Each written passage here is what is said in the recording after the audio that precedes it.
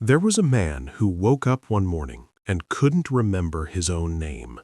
Not because he was sick, not because he was old, but because he had spent so many years being what others wanted him to be that he forgot who he actually was. This is his story. His name was Arjun. At least, that's what people called him. He was 28 years old. He had a job. He had friends. He had a routine. Every morning, the same alarm. Every day, the same work. Every night, the same empty feeling. People around him seemed happy. They had goals. They had dreams. But Arjun, he felt nothing.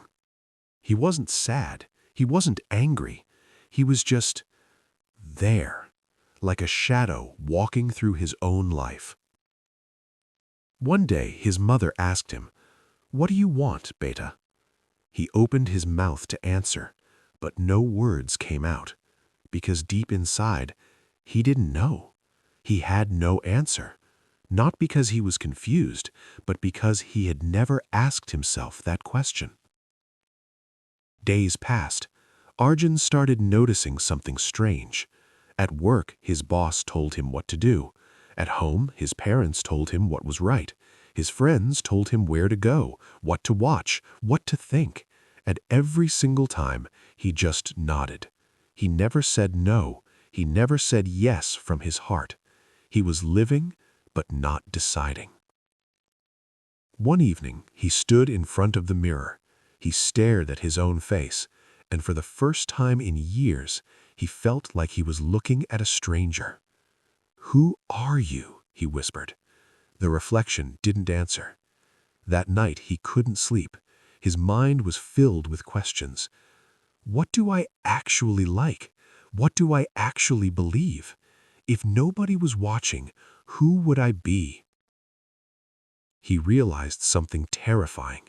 He had spent so many years wearing masks that he didn't know what his real face looked like anymore. He had become everyone else's version of him, but he had lost himself. The next morning, Arjun didn't go to work. He took a train, no plan, no destination. He just left. He got off at a small village, quiet, peaceful. He sat by a river, alone. An old man was sitting nearby, feeding the birds. The old man looked at him and smiled.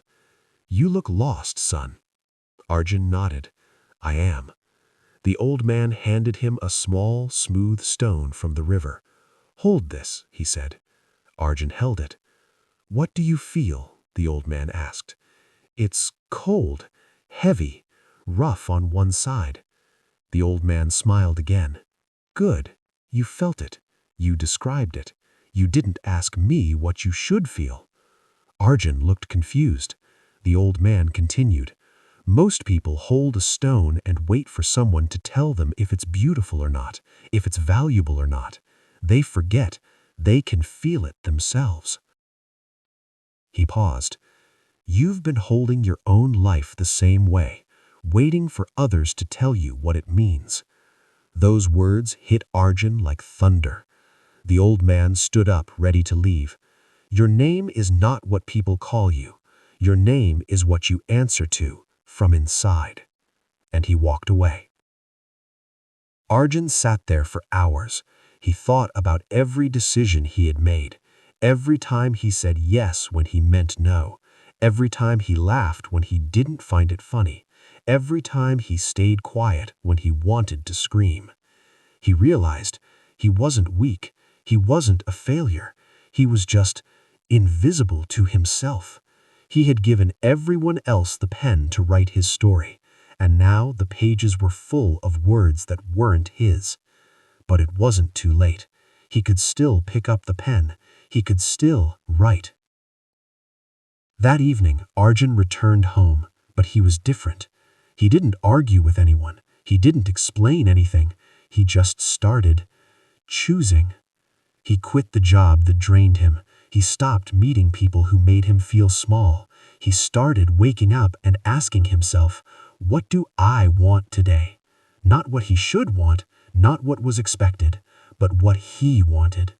Some days the answer was small, a walk, a book, silence. Some days it was bigger, a new skill, a new goal, a new beginning. But every single day, he was becoming more him. People noticed. Some supported him, some questioned him, some left. But Arjun didn't care anymore, because for the first time in years, he knew his own name. Not the one on paper, but the one that lived inside him. You see, most of us are like Arjun. We live our entire lives answering to names we didn't choose.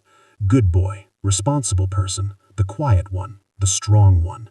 We become so good at fitting in that we lose what makes us different.